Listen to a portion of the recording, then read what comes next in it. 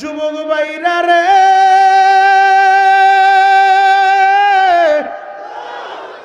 সিদ্ধান্ত হয়ে গেল মিশরের সন্তান কারি আব্দুল বাসেত জরুরি ভিত্তিতে কারি সাহেবরে আমেরিকা আনা হবে।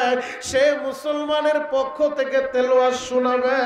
জরুরি ভিত্তিতে কারি আব্দুল বাসেত সাহেবকে আমেরিকার জমিনে আইনা আমেরিকার আলিম উলামা কারি সাহেবের হাতটা ধইরা চোখের পানি ছাইরা দেয়।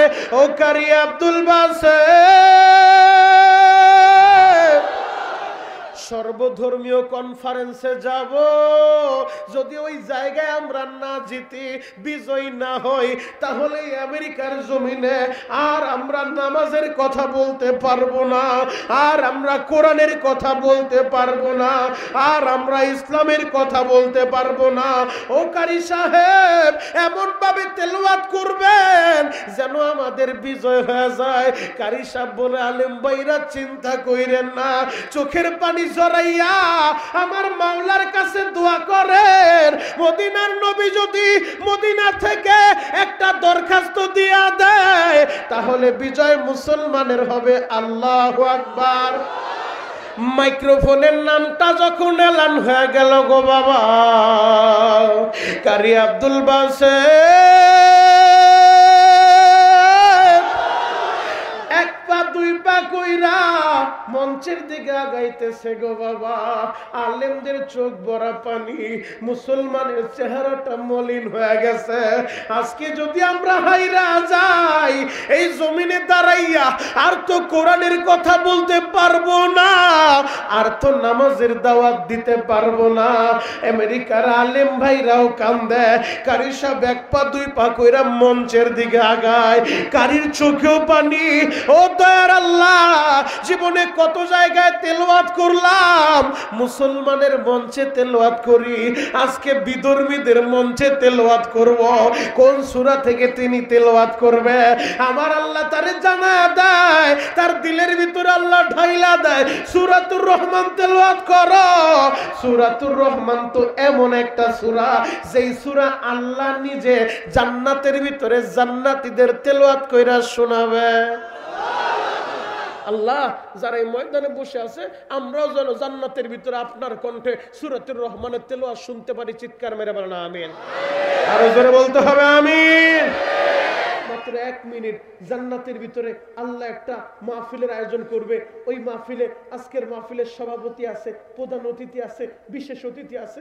জান্নাতের মাহফিলেরও একজন সভাপতি হবে, জান্নাতের মাহফিলের একজন প্রধান অতিথি হবে, জান্নাতের মাহফিলের একজন বিশেষ অতিথি হবে। আর আমন্ত্রিত মেহমান হিসেবে যতগুলো চেয়ার থাকবে, ওই চেয়ারের ভিতরে সমস্ত নবীদেরকে আল্লাহ বসায়া দিবে। ওই জান্নাতের মাহফিলের শ্রোতা হবে জান্নাতীরা। মালিক এই ময়দানে যারা আসছে, আমাদের সবাইকে জান্নাতের মাহফিলের শ্রোতা হিসেবে আমাদের জন্য একটা সিট বরাদ্দ দিয়া দেন। চিৎকার মেরে বলেন আমিন। আরো জোরে বলতে হবে আমিন।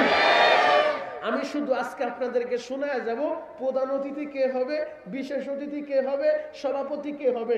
এই 3টা নাম আমি বলবো, এক একটা নাম বলবো।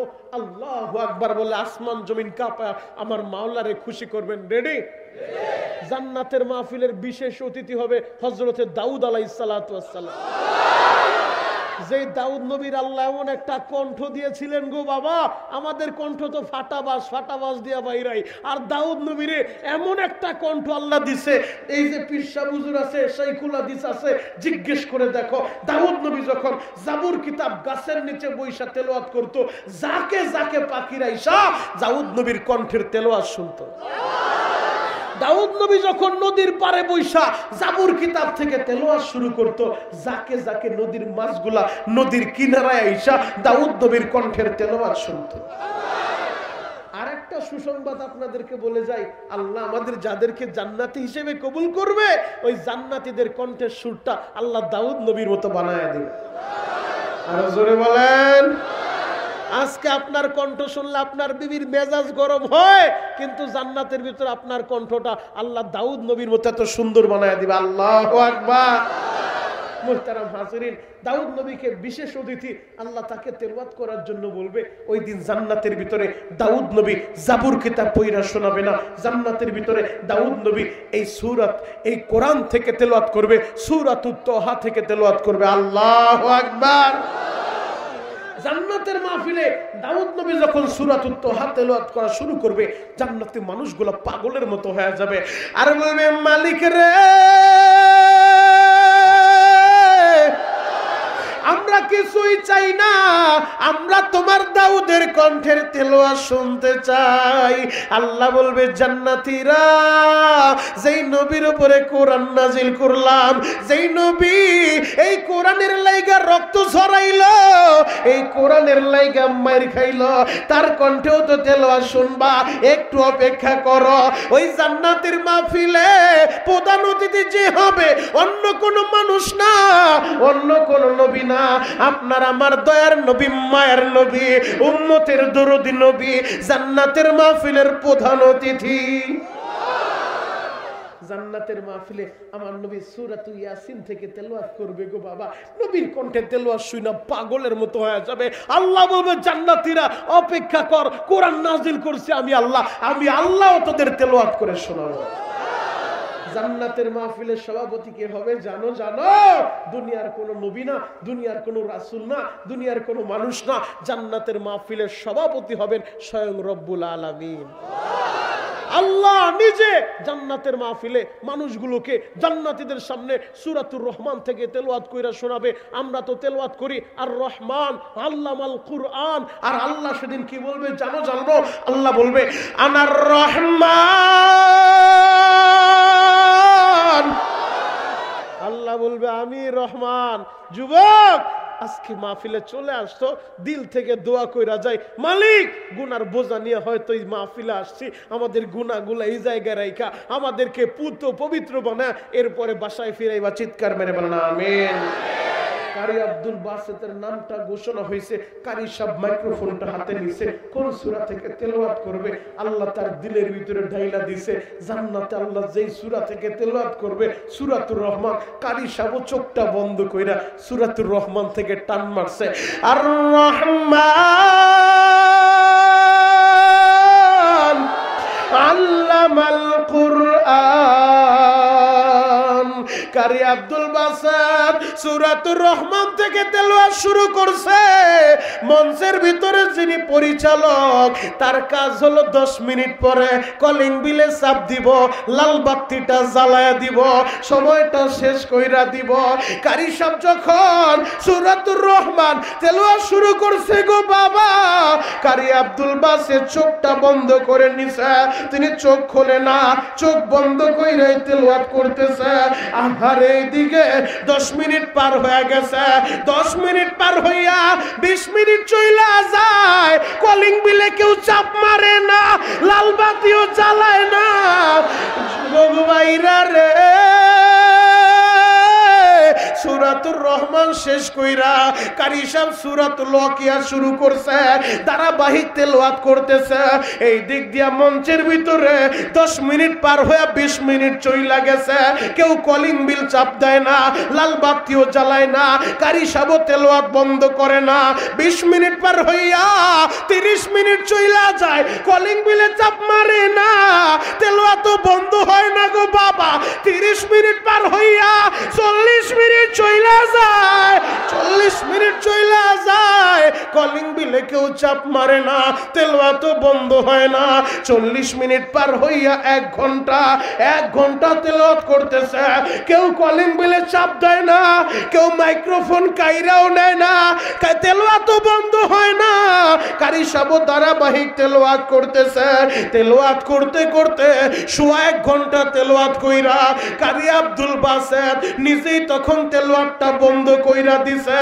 তেলাওয়াত বন্ধ করার পর কারি সাহেব চোখটা খুইলা তাকায় দেখে, আহারে একটা মুরগির গলার ভিতরে পোস্ট লাগাইয়া মুরগিটারে ছাইরা দিলে, ওই মুরগি যেইভাবে দাপাইতে থাকে, ওই মঞ্চের ভিতরে ধর্মীয় পণ্ডিত গুলা, ধর্মীয় গুরুরা, বিভিন্ন ধর্মীয় নেতারা গলা কাটা মুরগির মতো হাত পা ছাইরা লাফাইতেছে, আর সবাই ডাক দিয়ে বলে, কারি আব্দুল বাসেত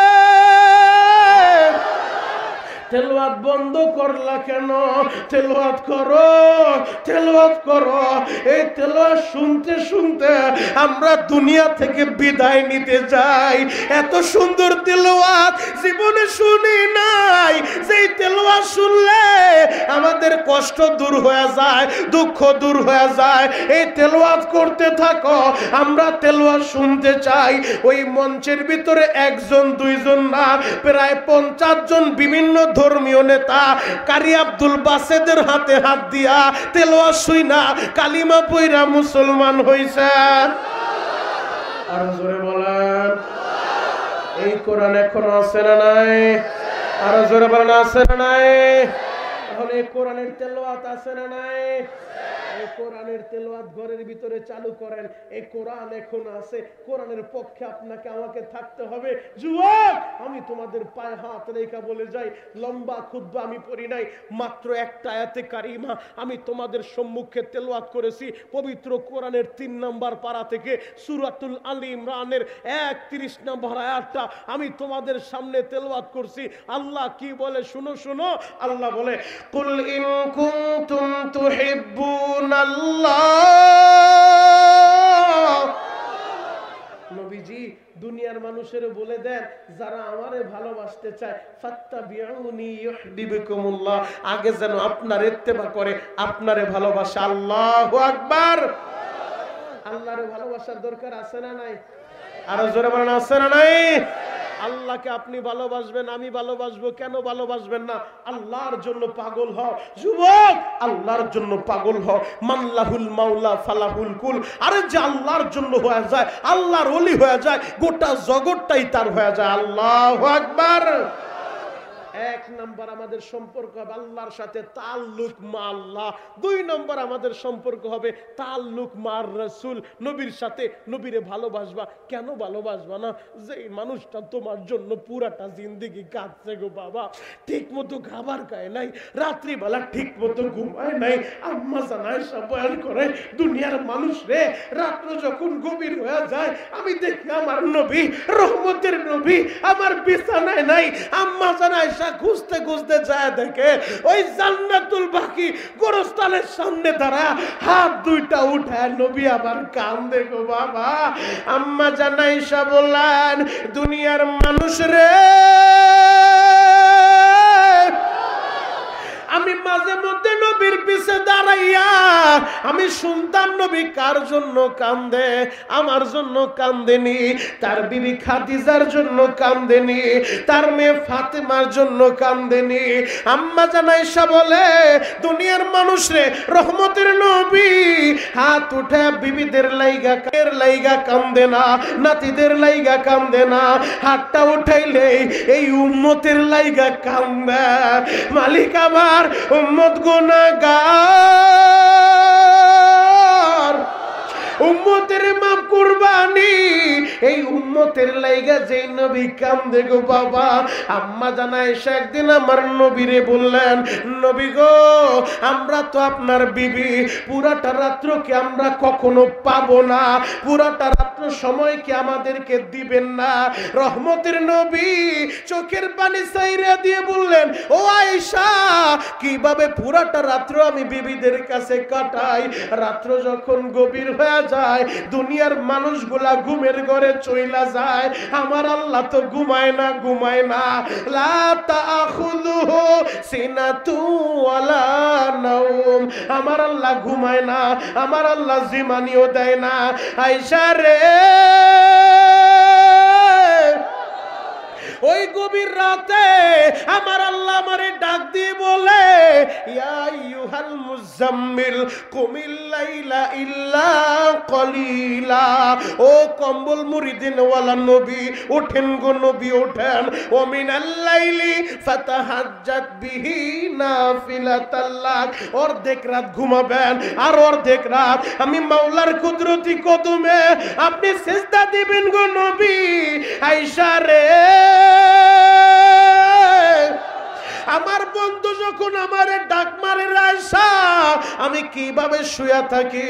ও যুবক, যেই নবী পুরাটা রাত বিবিদেরকে সময় দেয় না, যেই নবী এই উম্মতের জন্য কাঁদে, ওই নবীর জন্য আমরাও কাঁদবো, ওই নবীর আমরা ভালোবাসবো, ওই নবীর অপমান মেনে নিব না। কথা বলেন ঠিক কি না? যুবক রে, আমরা সবাই তো নবীরে ভালোবাসতে চাই। কিভাবে ভালোবাসবেন?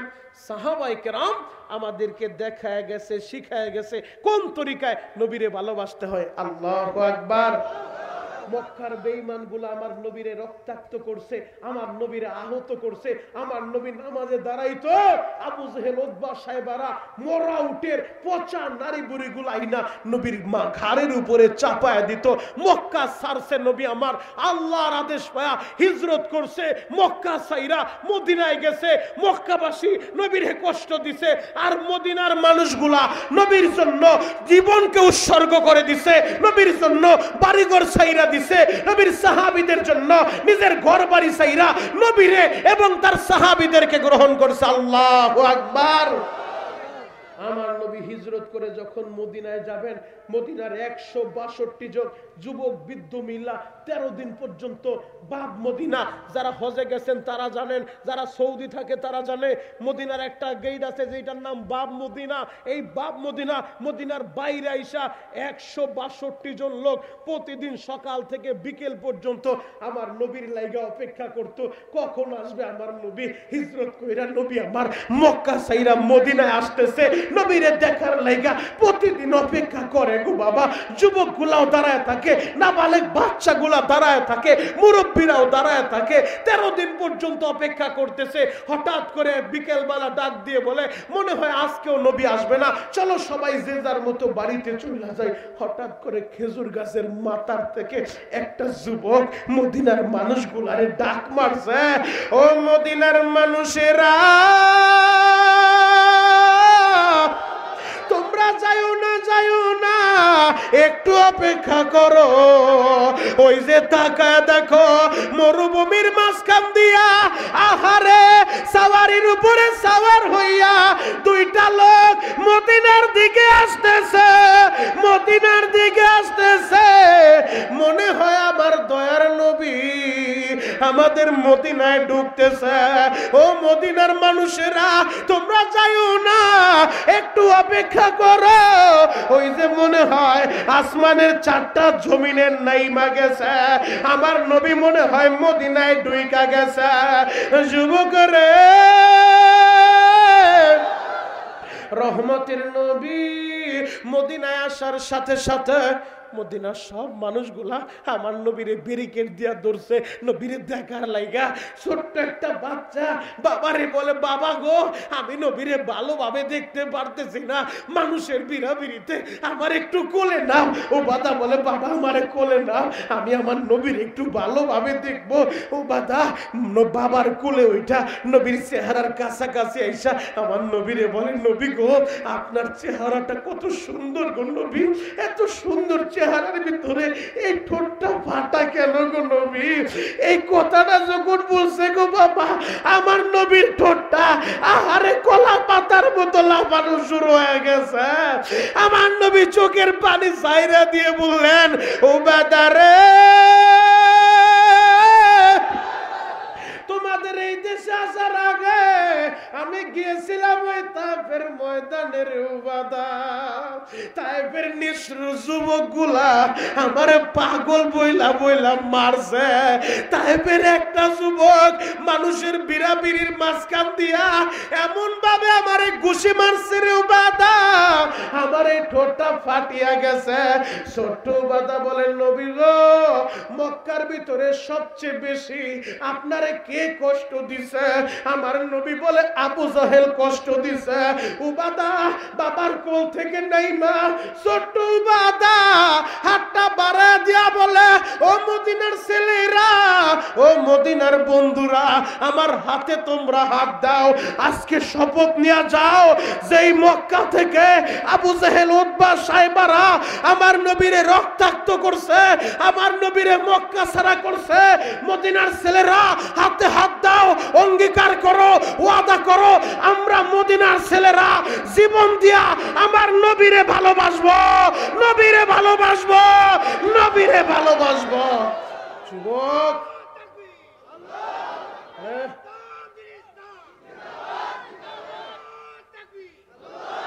হ্যাঁ যুবক, মদিনার যুবকেরা দেখায় গেছে নবীরে কিভাবে ভালোবাসতে হয়, নবীর সাহাবীরা দেখায় গেছে নবীরে কিভাবে ভালোবাসতে হয়। যুবক রে, আল্লাহর নবী ইসলামের প্রথম জিহাদ বদরের ময়দানে যাবেন, 313 জনের কাফেলা, নাম লিখতেছেন, 311 জন হয়েছে, বাকি দুইটা যুবক মাজ আর মুয়াউইজ মার কাছ থেকে বিদায় নিয়ে এসছে, মারে দে আমাদেরকে বিদায় দিয়া দে, আমরা নবীর মুহাব্বতে পইরা, কোরআনের ভালোবাসায় পইরা আমরাও নবীর সাথে বদরের ময়দানে যাব। আল্লাহু আকবার।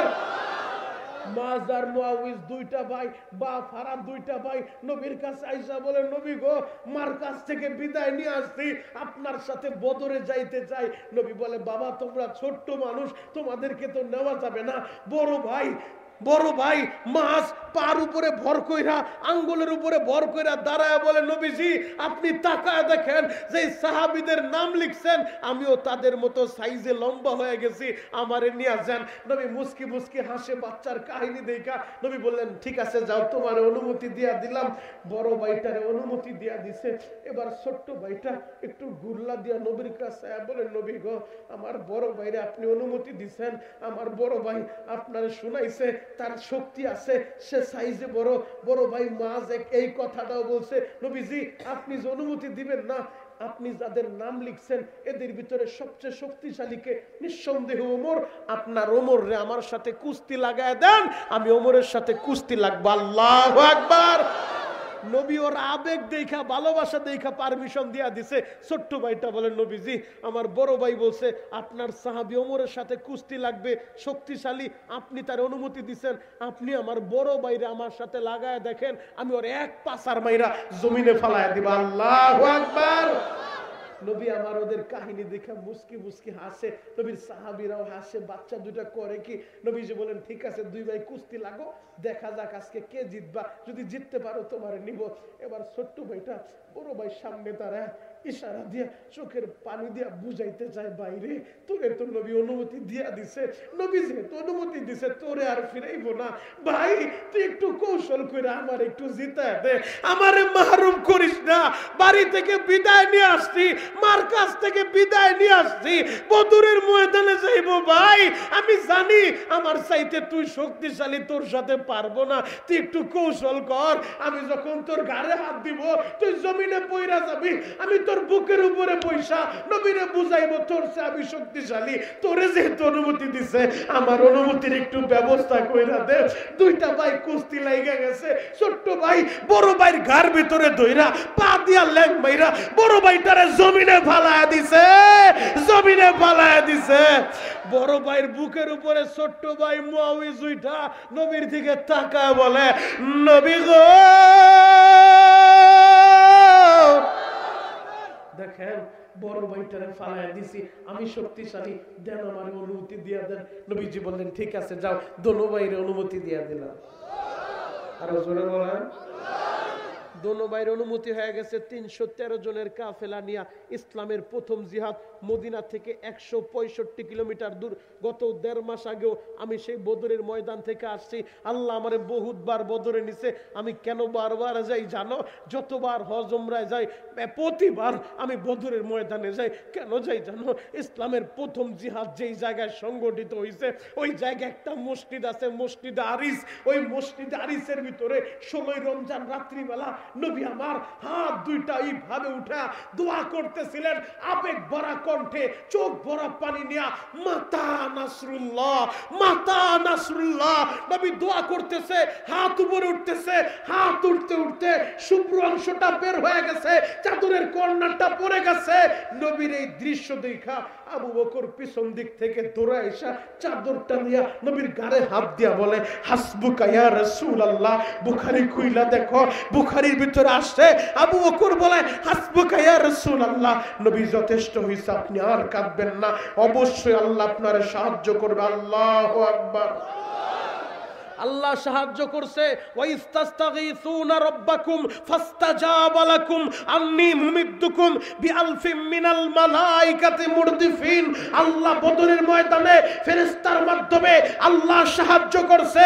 যুদ্ধ যখন শুরু হয়ে গেছে, ছোট্ট দুইটা ভাই মাজ আর মুআউইজ, বহনগঞ্জের যুবক, বারহাট্টার যুবক, শুনো শুনো, তোমাদের মতো দুইটা ভাই মাজ আর মুআউইজ নবীরে কতটা ভালোবাসছে। যুদ্ধের ময়দানে যায় নবীর বয়োবৃদ্ধ সাহাবী আব্দুর রহমান ইবনে আউফের কাছে যায় বলে চাচা আপনি একটু বলেন না আবু জাহেল কোনটা, ওরে একটু দেখায় দেন। আব্দুর রহমান ইবনে আউফ বয়ান করে বাচ্চা দুইটারে দেখা আমি বিরক্ত হইতেছিলাম যে ওদের কারণে কোন শত্রু আবার আমার উপর আক্রমণ করে কিনা, আমি নিজেই তো বিপদে পইরা যাইব, ওরা ছোট্ট মানুষ। আব্দুর রহমান ইবনে আউফ বলে তোরা ছোট্ট মানুষ, আবু জাহেলটা দিয়া কি করবি?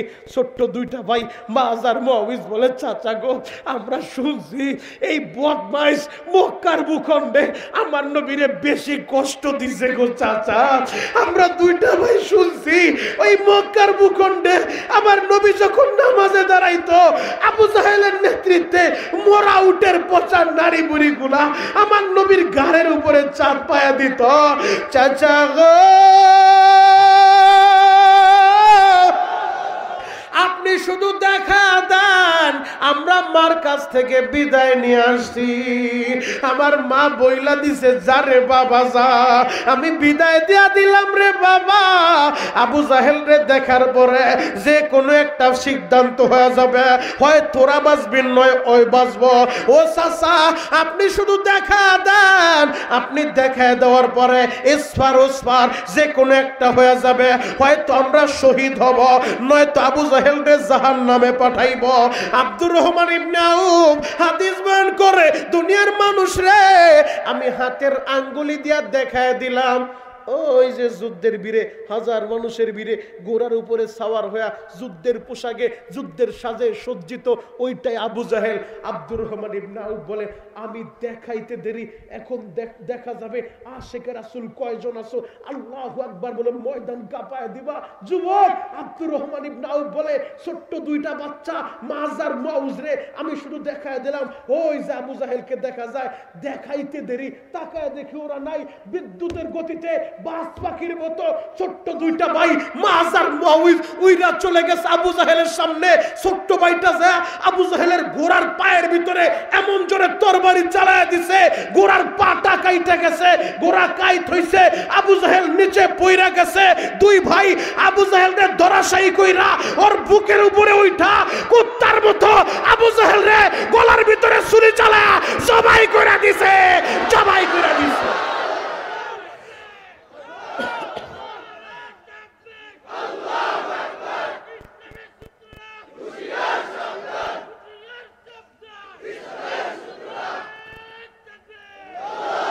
মোহনগঞ্জের যুবক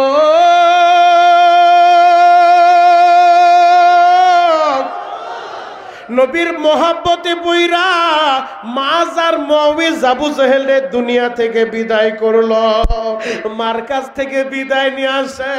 ও মা আমাদেরকে বিদায় দিয়া দাও, নবীর মোহাব্বতে পইরা নবীর দুশমন আবু জাহেলের দুনিয়া থেকে বিদায় করব। ও যুবক ওই নবীরে যদি ভালোবাসতে চাও, ওই জিলাপি খাওয়া আশেক, খিচুড়ি খাওয়া আশেক হয়ে লাভ নাই।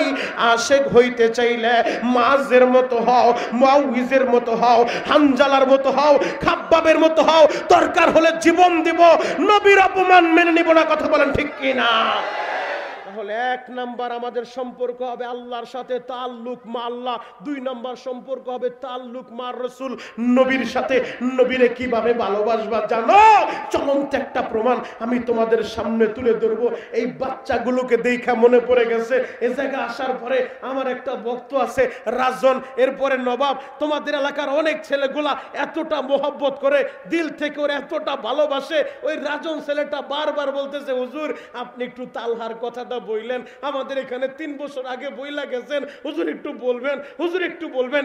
স্টেজে ওঠার পরও 3 বার বলছে। আমি তোমাদেরকে শোনায় যাই, ছোট্ট ছেলে তালহা নবীরে কত ভালোবাসে জানো? জানো, শুধু ছোট্ট বাচ্চারা নবীরে ভালোবাসতো না, যুবকরা ভালোবাসে, মুরব্বীরা ভালোবাসে, মহিলারা ভালোবাসে, মহিলারা পর্যন্ত নিজের জীবনের চাইতে আমার নবীরে বেশি ভালোবাসে। আল্লাহু আকবার। তুমি যদি বাবা তোমার জীবনের চাইতে নবীরে বেশি ভালোবাসতে না পারো, তুমি পরিপূর্ণ ইমানদার হইতে পারবা না। দলিল নাও বুখারী থেকে, 40 জন মেয়ে বুখারী পয়রা কলকাল রাসূলুল্লাহ সাল্লাল্লাহু আলাইহি ওয়াসাল্লাম, বুখারী পয়রা 40 জন মেয়ে এই মাদ্রাসা থেকে আলেমা হয়ে গেল। তোমার মেয়েও যদি এদের মধ্যে থাকে, জিজ্ঞেস কইরা দেখো। মনিরুল ইসলাম শরীয়তপুরি হাদিস বয়ান করলো, মা হাদিসটা কি বুখারীতে আছে কিনা জিজ্ঞেস কইরা দেখো। আল্লাহর নবী বলছে, লা ইউমিনু আহাদুকুম হাত্তা কুনা হাব্বা ইলাইহি মিন ওয়ালিদিহি ওয়া ওয়ালাদিহি ওয়ান নাসি আজমাইন। একজন ইমানদার ততক্ষণ পর্যন্ত পরিপূর্ণ ইমানদার হয় না, কামেল মুমিন হতে পারে না, যতক্ষণ পর্যন্ত মা বাবা, ছেলে সন্তান, এমন কি নিজের কলিজার চাইতে, জীবনের চাইতে মদিনাওয়ালারে বেশি ভালো না বাসবে। আমি তো বিশ্বাস করি এই ময়দানে যারা আছে, আমরা আমাদের মার চাইতে, বাবার চাইতে, ছেলের চাইতে, মেয়ের চাইতে, দলের চাইতে, নেতার চাইতে, আপার চাইতে, সব কিছুর চাইতে, এমনকি আমাদের কলিজার চাইতে মদিনাওয়ালারে বেশি ভালোবাসি। কথা বলা ঠিক কিনা? যুবক ভাইরা রে, ছোট্ট ছেলে তালহা বাবারে ডাক দিয়ে বলে, বাবা গো প্রতিদিন কোথায় যাও? বলে আমি তো নবীর দরবারে যাই, নবীরে ভালোবাসি, নবীর বয়ান শুনবো। ছোট্ট ছেলেটা বলে, বাবা তুমি কি একা ভালোবাসো? আমি কি ভালোবাসি না? আগামীকাল থেকে একা যাইবা না, নবীর দরবারে গেলে আমারও সাথে কইরা নিয়ে যাইবা। আরো জোরে বলেন। আপনার সাথে আদরের ছোট্ট ছেলেটারে নিয়ে আসছেন, তো ছোট্ট ছেলে বাবার কাছে বায়না ধরছে, নবীর কাছে একা যাইব না, আমারে নিয়ে যাইবা। বাপ বলে ঠিক আছে, তোরেও নিয়ে যাইব। পরদিন সকালবেলা বাবার সাথে রওনা হইছে। আহারে নবীর দরবারে যায়, নবী যখন বয়ান শেষ করছে, বয়ানের পরে সবাই যে যার মতো বাড়ির উদ্দেশ্যে রওনা দিছে। মসজিদের নববীর কর্নারে যায় ছোট্ট ছেলে বাবার হাতটা ধইরা বলে, বাবা গো তুমি একটু এই জায়গায় দাঁড়াও, আমি আমার নবীরে দেখা আমার দিলটা ভরে নেই গো বাবা, তুমি একটু দাঁড়াও, আমি আমার নবীর সাথে পার্সোনাল কথা বলবো। আল্লাহু আকবার। আরো জোরে বলেন আল্লাহু আকবার। বাবা চোখগুলা বড় বড় করে বলে, এই নবীর সাথে পার্সোনাল কথা কি বলবি? আমি তো নবীর সামনে যাইতে ভয় পাই।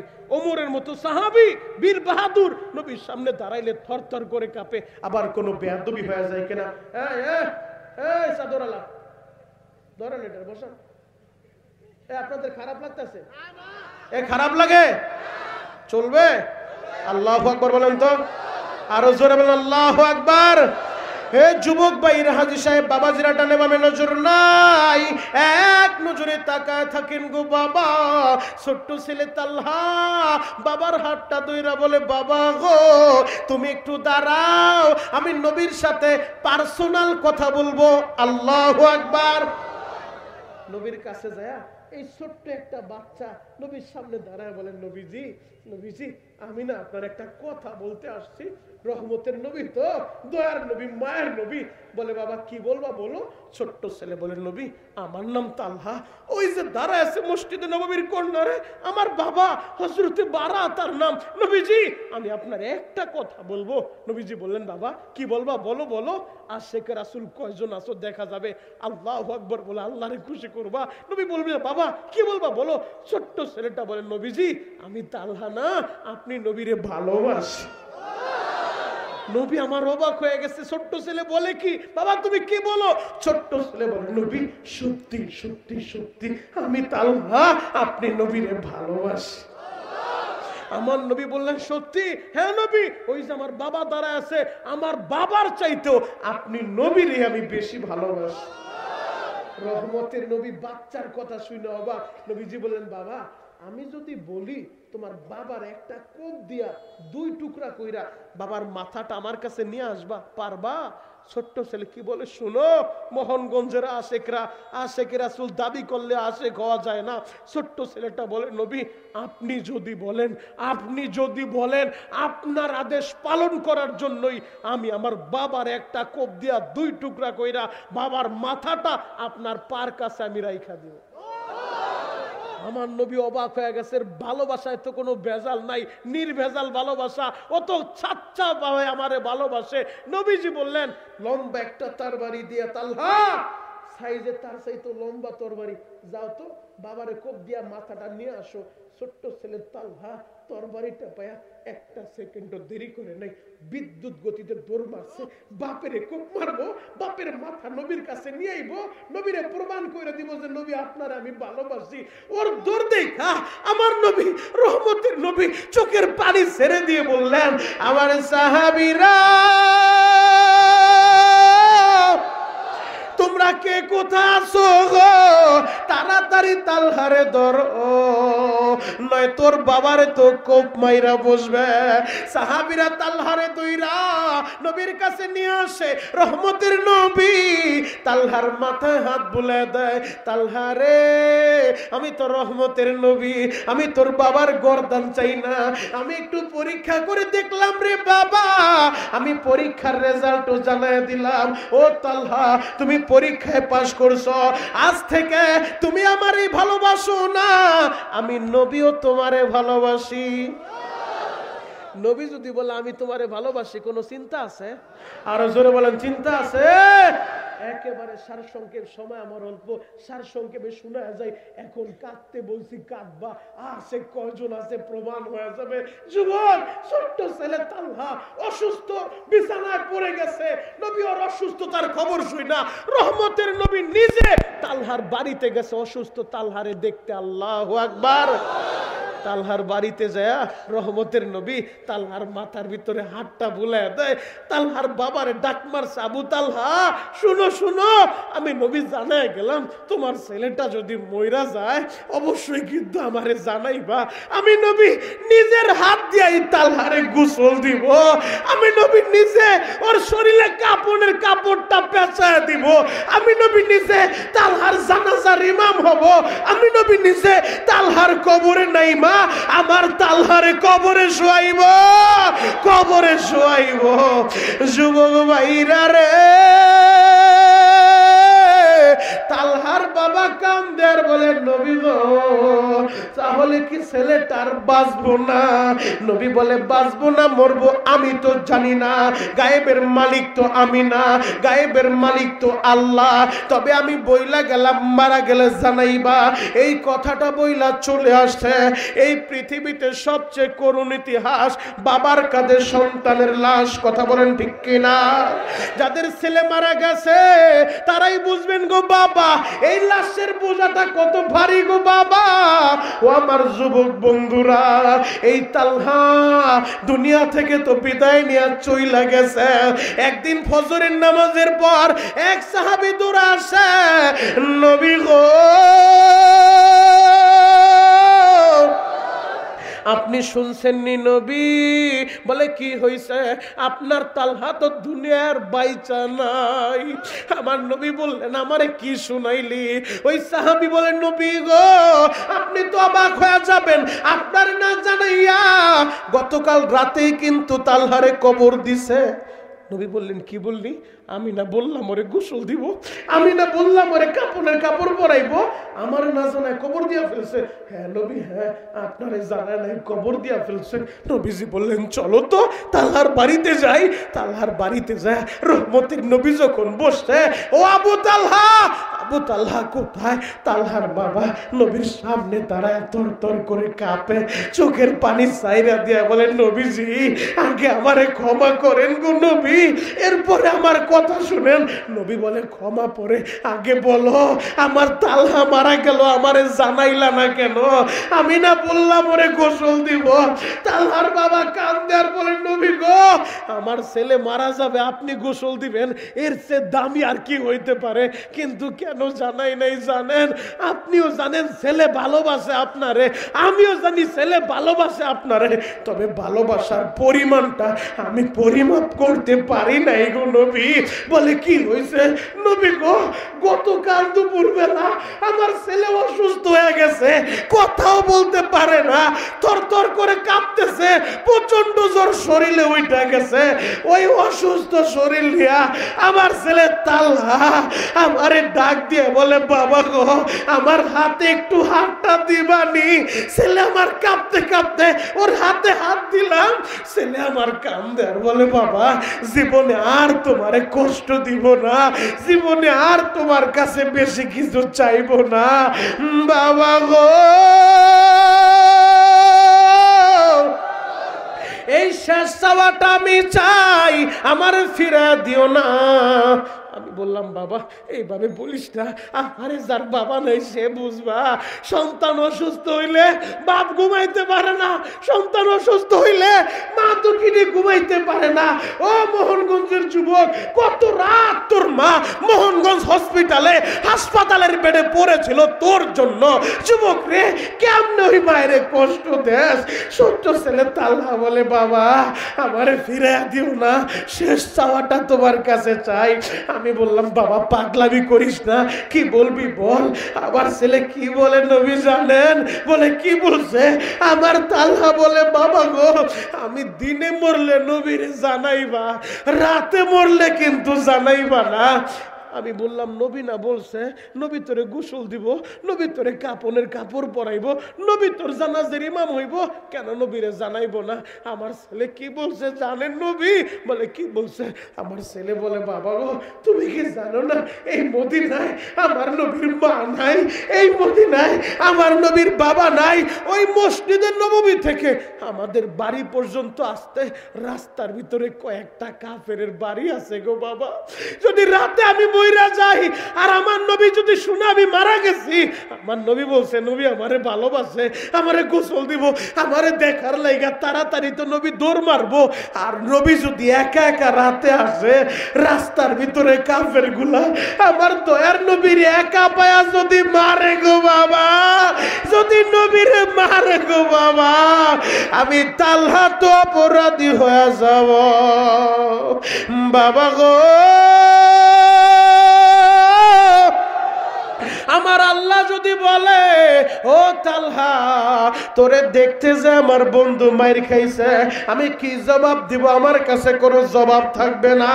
ও বাবা, এই জন্য রাতে মারা গেলে নবীরে জানাও না, কারণ নবীরে মারলে যে তারে কেউ সান্ত্বনা দিবে, তার ওই মাটা তো বাইচা নাই, মদিনায় তো তার বাবাও নাই।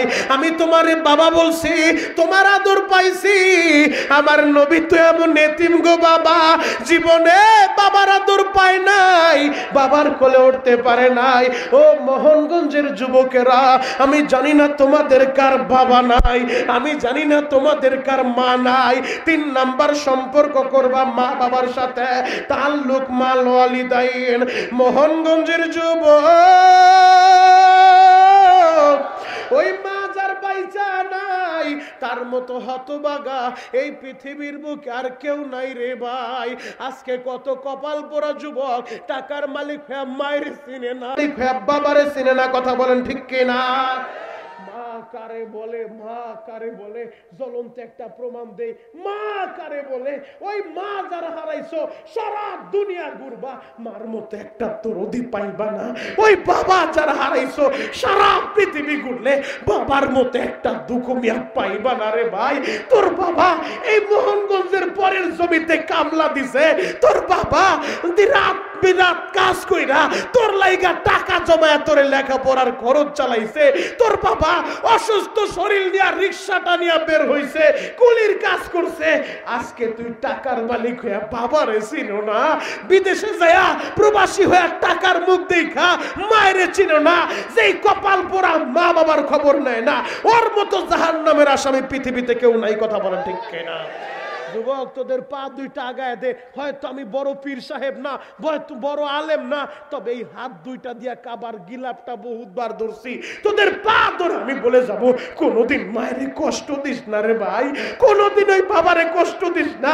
এই যে দেখো মা হারা সন্তানগুলা মার কথাটা মনে পইরা গেছে, এই বুকটা ভাইরা দেখ মার জন্য কত ব্যথা।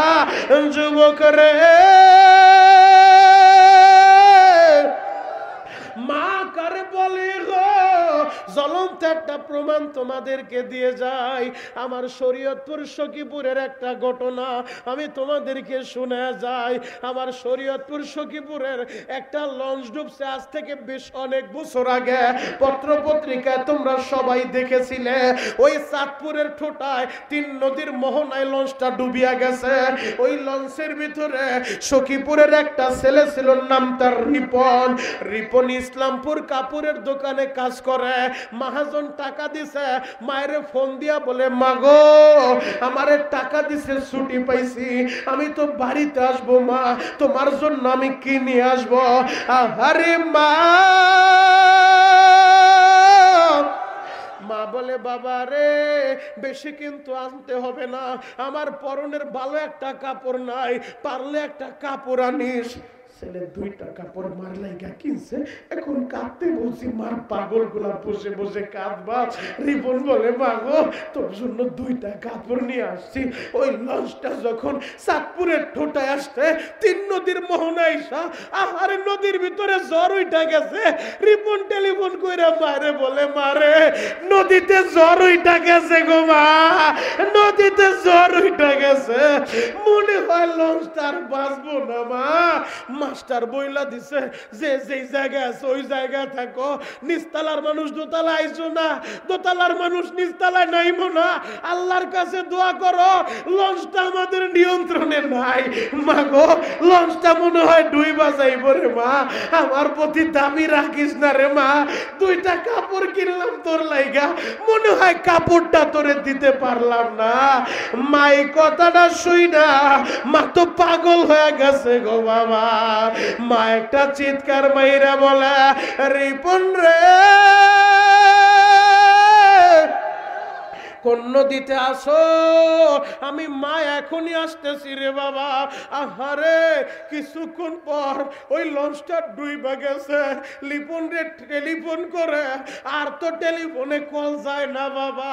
লঞ্চটা ডুবার 1 দিন পর ডুবুরিরা লাশগুলা বের কইরা একটা লাশের পকেটের ভিতরে আইডি কার্ডের ঠিকানা পাইয়া রিপনের লাশটা নিয়া, দুর্গন্ধযুক্ত লাশ, পচা লাশটা লয়া সখীপুরের উদ্দেশ্যে রওনা দিছে গো বাবা। আহারে লাশটা নিয়ে যখন সখীপুর যায়, সব মহিলারা লাশটা দেখা নাকের ভিতরে কাপড় দেয়, দুর্গন্ধে কাছে আসে না। আহারে মা, মার গন্ধে, মার নাকে তো আর গন্ধ লাগে না। মা দুঃখিনী পচা লাশটা জরা দইরা ওই পচা লাশের কপালে চুমু খায়, ঠোঁটের ভিতরে চুমু খায়। রিপন রে কি কাপড় নিয়ে আসলি রে বাবা? আমি মায়েরে পরানোর আগে তুই নিজে সাদা কাপড় পরলি, কি কাপড় তুই আমার লাইগা আনলি? ওই যে মা সন্তানের লাশটা দেখা চিৎকার মারছে, এক চিৎকারে মাথার তারটা ছিঁড়া গেছে। ওই যে মা পাগল হয়ে গেছে গো, ওই মা পাগলের মতো নদীর ধারে লাফায়ের বলে, রিপন তুই কোন নদীতে পড়লি রে বাবা? কি কাপড় আমার লাইগা আনলি? আমারে পরানোর আগে তুই সাদা কাপড় পরলি। ও যুবকেরা, ওই মা যার বাইচা আছে ওই মায়ের কষ্ট দিস না রে ভাই। এই মাদ্রাসায় কত এতিম ছাত্রীরা পড়ে, এতিমের মনে কত জ্বালা, যারা এতিম হইছে তারা বুঝে। আমি শরীয়তপুরি ঢাকার কেরানীগঞ্জে আমার 4টা মাদ্রাসা বাবা। যুবক, এতিমের মনে কত জ্বালা জানো? আমার মাদ্রাসা বন্ধের 3 দিন পর এইরকম একটা বাচ্চা 5-6 বছর বয়স হবে, হিফজুখানার ছেলে, ওই ছেলেটারে দেখি বন্ধের ভিতরে বাড়িতে যায় না। আমি ওরে ডাকাইলাম অফিসে, বাবারে বন্ধ হয়ে গেছে, সবাই বাড়ি গেছে, তুই যাস না কেন? ছেলেটার এই কথা বলার সাথে সাথে সুন্দর মানুষ, চেহারা অন্ধকার হয়ে গেছে, চোখে পানি টল টল করে, কি যেন বলতে চায়। বললাম বাবা ভয় নাই, কি বলবি বল। ছেলেটা বলে হুজুর আপনি কি জানেন না আমার মা বাইচা নাই? আমি বললাম তোর মা নেই, তোর বাবা বাইচা আছে না, বাবার কাছে যা। ছেলেটা বলে হুজুর আমার মা মারা যাওয়ার পর আমার বাবা আর একটা বিয়ে করছে, বাড়ি আমার বরিশাল মেহেন্দিগঞ্জে। হুজুর ওই সৎমার কাছে গেলে না, সৎমা আমার আদর করে না হুজুর, সৎমা ঠিক মতো খাইতে দেয় না, সৎমা আমার আদর করে না হুজুর।